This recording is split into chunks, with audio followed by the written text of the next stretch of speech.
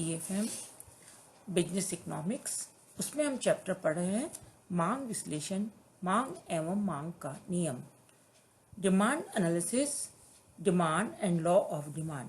इसके एक वीडियो में हम पहले डिस्कस कर चुके हैं और आज इसके दूसरे वीडियो में हम पढ़ रहे हैं मांग के निर्धारक तत्व अथवा मांग को प्रभावित करने वाले तत्व, डिटर्मिनेंट्स ऑफ डिमांड और फैक्टर्स इन्फ्लुएंसिंग डिमांड, कि मांग को कौन कौन से तत्व प्रभावित करते हैं।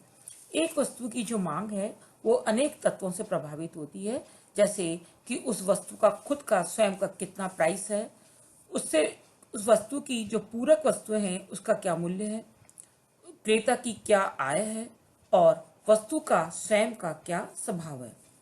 लेकिन जो टिकाऊ उपभोक्ता वस्तु होती हैं, जैसे कि कार, धुलाई मशीन है या रेफ्रिजरेटर्स हैं आदि की जो मांग है वो गैर टिकाऊ वस्तुओं की तुलना में वो अलग प्रकार के तत्वों से प्रभावित होती है। और यहाँ पर हम जो बात कर रहे हैं ज़्यादातर हम उपभोग वस्तुओं के बारे में बात कर रहे हैं।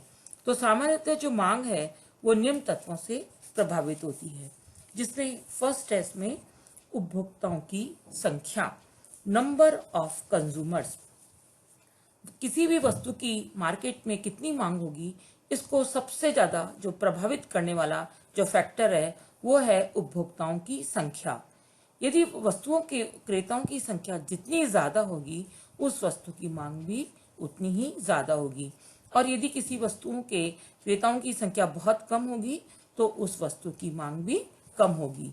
तो इस प्रकार से वस्तु की मांग को निर्धारित करने वाला जो सबसे बड़ा महत्वपूर्ण जो तत्व है वो बाजार में उस वस्तु की को मांगने वाले क्रेताओं की संख्या है। सेकंड पॉइंट है इसमें आय स्तर या इनकम लेवल। किसी भी जो वस्तु की मांग है वो उपभोक्ताओं के इनकम लेवल पर भी निर्भर करती है। यदि वस्तुओं की कीमतें स्थिर रहें लेकिन यदि उपभोक्ताओं की आय बढ़ती जाए तो सामान्यतः वो वस्तुओं की मांग भी बढ़ जाती है। लेकिन इसके साथ साथ जो गिफिन हमारी गुड्स हैं, जो इंफीरियर गुड्स हैं, निकृष्ट वस्तुएं हैं, उनकी मांग घटती जाती है। और उपभोक्ता की आय बढ़ने पर निकृष्ट वस्तुओं के स्थान पर जो उपभोक्ता है वो अच्छी वस्तुएं परचेज करने लगता है, और इसलिए उपभोक्ताओं की आय घटने पर वस्तुओं की मांग घटती है परंतु निकृष्ट वस्तुओं की मांग बढ़ जाती है। तीसरा इसमें पॉइंट है स्थानापन्न एवं पूरक वस्तुओं की उपलब्धि एवं उनके मूल्य, availability of substitutes and complements and their prices. जब किसी वस्तु के बहुत ज़्यादा स्थानापन्न उपलब्ध होते हैं तब मार्केट में उस वस्तु की मांग कम होती है। इस तरह से अब जब स्थानापन्न वस्तुओं के मूल्य में वृद्धि हो जाएगी तो मांग बढ़ती है और मूल्य घटने पर इनकी मांग घटती है।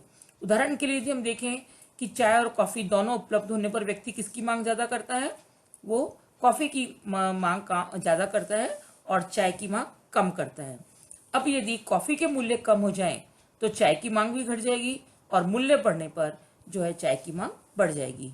तो इस तरह से जितनी भी पूरक वस्तुएं हैं उनकी उपलब्धि पर जो मांग बढ़ती है और उनके मूल्य बढ़ने पर मांग घटती है। उदाहरण के लिए यदि हम मार्केट में देखें कि पेट्रोल यदि बहुत ज़्यादा सस्ता मिलने लग जाए तो क्या होगा इसका इफेक्ट, कि लोग कार की डिमांड ज़्यादा करने लगेंगे, और इस तरह से यदि पेट्रोल के मूल्य बहुत ज़्यादा बढ़ जाए तो कार की डिमांड कम हो जाएगी। तो यहाँ पर कहने का मतलब है कि जो स्थानापन्न एवं पूरक वस्तुओं की जो उपलब्धि है और उसके मूल्य है उस पर भी मांग निर्भर करती है। फोर्थ पॉइंट है इसमें समाज में धन का वितरण, डिस्ट्रीब्यूशन ऑफ वेल्थ। किसी भी देश में धन का वितरण भी मांग को प्रभावित करता है।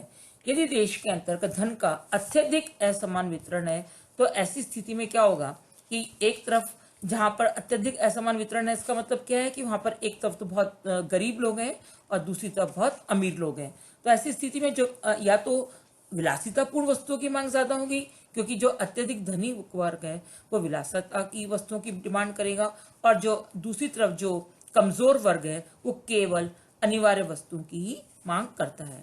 और सरकार यदि इस वितरण की यदि विषमता को दूर करती है तो ऐसी स्थिति में जितने भी लग्जरी गुड्स हैं, विलासिता वस्तुएं हैं, उनकी मार्केट में मांग कम हो जाती है और जो अनिवार्यता या आरामदायक आवश्यकता की वस्तुएं हैं उनकी मांग मार्केट में बढ़ जाती है। तो इस प्रकार से जो डिस्ट्रीब्यूशन ऑफ वेल्थ है वो भी मांग को प्रभावित करता है। नेक्स्ट पॉइंट है इसमें फिफ्थ, उपभोक्ताओं की रुचि, पसंद एवं fashion, consumers taste, preferences and fashion. एक वस्तु की मांग उपभोक्ता की रुचि, पसंद और फैशन से भी प्रभावित करती है। यदि कोई वस्तु ऐसी है जो कि मार्केट में फैशन में है तो ऐसी स्थिति में या उपभोक्ता की रुचि के अनुसार है या पसंद के अनुसार है तो ऐसी वस्तु की तो मांग मार्केट में बहुत ज़्यादा होती है। और यदि कोई ऐसी वस्तु है जो कि फैशन से निकल गई है, अब मार्केट में उसका फैशन नहीं है, तो ऐसी स्थिति में उस वस्तु की जो मांग है वो कम होती जाती है। सिक्स्थ पॉइंट है इसमें भविष्य में मूल्य परिवर्तन की संभावनाएं, possibilities of price changes in near future. यदि कोई वस्तु ऐसी है जहां पर यदि उपभोक्ता को महसूस होता है कि भविष्य में इस वस्तु के मूल्य में बहुत ज़्यादा परिवर्तन होंगे, तो यह तथ्य भी वस्तु की मांग को प्रभावित करता है। यदि उपभोक्ता को लगता है कि निकट भविष्य में उस वस्तु के मूल्य में बहुत ज़्यादा वृद्धि होगी, तो वो क्या करता है, वर्तमान में उस वस्तुओं की मांग को बढ़ा देता है, बहुत ज़्यादा खरीदता है। और इसके विपरीत यदि उसको ऐसा लगता है कि भविष्य में वस्तुओं के मूल्य बहुत ज़्यादा घटने की संभावना है, तो वो वर्तमान में उस वस्तु की मांग को कम कर देता है। तो इस प्रकार से भविष्य में मूल्य परिवर्तन की संभावना भी मांग को प्रभावित करती है। नेक्स्ट पॉइंट है 7, जलवायु तथा मौसम, climate and season. Climate and season भी किस तरह से मांग को प्रभावित करता है कि विभिन्न वस्तुओं की जो मांग है वो भिन्न भिन्न मौसम के अनुसार ही कंज्यूमर करता है। उदाहरण के लिए हम देखें कि यदि गर्मी का मौसम है तो हम गर्मी के मौसम में हम कूलर, एसी, पंखे, बर्फ आदि की डिमांड करेंगे। और यदि सर्दियों का मौसम है तो इन वस्तुओं की तो मांग कम हो जाएगी, बल्कि इसके बदले में हम गर्म कपड़े, चाय, कॉफी आदि की डिमांड करेंगे। तो इस प्रकार से क्लाइमेट और सीजन भी डिमांड को प्रभावित करते हैं। नेक्स्ट पॉइंट है 8th, व्यापार की दशा, बिजनेस कंडीशंस। जब किसी देश में उद्योग और व्यापार दोनों ही तेजी की अवस्था में होते हैं तो उसका क्या प्रभाव पड़ता है मांग पर।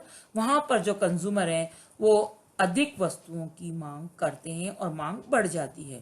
इसके विपरीत यदि देश में उद्योग और व्यापार में यदि मंदी की स्थिति है तो मंदी की स्थिति के समय जो अधिकांश वस्तुएं हैं उनकी मांग घट जाती है और तेजी के समय उपभोक्ता अधिक ऊंचे मूल्यों से बचने के लिए बढ़े हुए मूल्यों पर भी अधिक क्रय करते हैं और मंदी के समय वो मूल्य में और अधिक कमी होगी भविष्य में, इस बात को ध्यान में रखते हुए वो बहुत कम परचेज करते हैं। नेक्स्ट पॉइंट, विज्ञापन एवं विक्रय संवर्धन, एडवर्टीजमेंट एंड सेल्स प्रमोशन। आज का युग विज्ञापन का युग है और ऐसी जो विज्ञापन के द्वारा ही उपभोक्ताओं को सभी वस्तुओं की उपयोगिता के बारे में जानकारी मिलती है। तो ऐसी स्थिति में ऐसी वस्तुएं जिनका कि बहुत ज़्यादा प्रभावी विज्ञापन होता है तो ये वस्तुएं क्रेता को क्रय करने के लिए प्रेरित करती हैं और उन वस्तुओं की मार्केट में ज़्यादा डिमांड हो जाती है। और इसके विपरीत ऐसी वस्तुएं जिनका कि मार्केट में कोई विक्रय संवर्धन या विज्ञापन नहीं किया गया है, उन वस्तुओं की मांग मार्केट में कम होती है। नेक्स्ट पॉइंट है इसमें 10th, उपभोक्ता साख की उपलब्धि, अवेलेबिलिटी ऑफ कंज्यूमर क्रेडिट। यदि सरकार या बैंकों के द्वारा वस्तुएं खरीदने के लिए कंज्यूमर को यदि लोन दिया जा रहा है, उनको क्रेडिट दी जा रही है, तो ऐसी स्थिति में तो फिर उन वस्तुओं की जो मांग है वो बढ़ने लगती है। लेकिन यदि वस्तुओं को खरीदने के लिए सरकार या फाइनेंस कंपनियों द्वारा किसी भी प्रकार का कोई लोन या क्रेडिट नहीं दिया जा रहा है तो ऐसी स्थिति में वस्तुओं की जो मांग है घट जाती है। तो इस प्रकार से यदि सस्ते इंटरेस्ट पर यदि कंज्यूमर्स को लोन मिल रहा है तो वो वस्तुओं की डिमांड ज़्यादा करते हैं। नेक्स्ट पॉइंट है इसमें 11, सरकारी प्रतिबंध, गवर्नमेंटल कंट्रोल। इसी प्रकार से कुछ वस्तुएं ऐसी होती हैं जिन्हें की सरकार उनके कंजम्पशन पर कंट्रोल लगाना चाहती है। तो ऐसी स्थिति में सरकार क्या करती है, वह सरकार उन वस्तुओं के उपभोग पर प्रतिबंध लगा देती है या उनकी एक क्वांटिटी फिक्स कर देती है कि प्रति उपभोक्ता या प्रति क्रेता केवल इतनी वस्तुएं उनको दी जाएंगी। तो ऐसी स्थिति में ऐसी जितनी भी वस्तुएं होंगी उन सब वस्तुओं की तो मार्केट में डिमांड घट जाती है। लेकिन जब सरकार इस तरह का कोई प्रतिबंध नहीं लगाती है या प्रतिबंध हटा देती है तो ऐसी स्थिति में उन वस्तुओं की मांग पुनः बढ़ जाती है। तो इस प्रकार से सरकारी जो प्रतिबंध है वो भी मांग को प्रभावित करते हैं। 12th है इसमें वस्तु की किस्म में सुधार, इम्प्रूवमेंट इन द क्वालिटी। यदि कोई वस्तु ऐसी है जिसकी की क्वालिटी में निरंतर सुधार हो रहा है, जो प्रोड्यूसर है उसकी क्वालिटी में निरंतर सुधार करता जा रहा है, तो ऐसी वस्तुओं की मार्केट में बहुत ज़्यादा डिमांड बढ़ जाती है। और इसके विपरीत यदि कोई ऐसी वस्तु है जिसकी की मार्केट में पुअर क्वालिटी आ रही है, क्वालिटी में गिरावट आ रही है, तो ऐसी वस्तुओं की मांग मार्केट में कम हो जाती है। 13 पॉइंट इसमें मुद्रा की मात्रा में परिवर्तन, चेंजेस इन मनी सप्लाई। ये आप सबको मालूम है, आप कॉमर्स के विद्यार्थी हैं, कि देश में मुद्रा की मात्रा में समय समय पर परिवर्तन होता रहता है। ऐसी स्थिति में जब कभी देश में मुद्रा की मात्रा बढ़ने लगती है, बढ़ जाती है, तो वस्तुओं की मांग भी बढ़ती है। और जब देश में मुद्रा की मात्रा यदि कम हो जाती है तो वस्तुओं की मांग भी घट जाती है। और जो लास्ट पॉइंट है वो है 14th पॉइंट, जनसंख्या में परिवर्तन, चेंजेस इन पॉपुलेशन।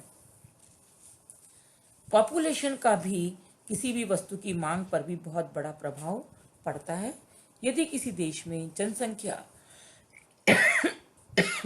लगातार बढ़ती हुई है तो वहां पर वस्तुओं की मांग बढ़ेगी, और यदि जनसंख्या घट रही है तो वस्तुओं की मांग घट रहेगी।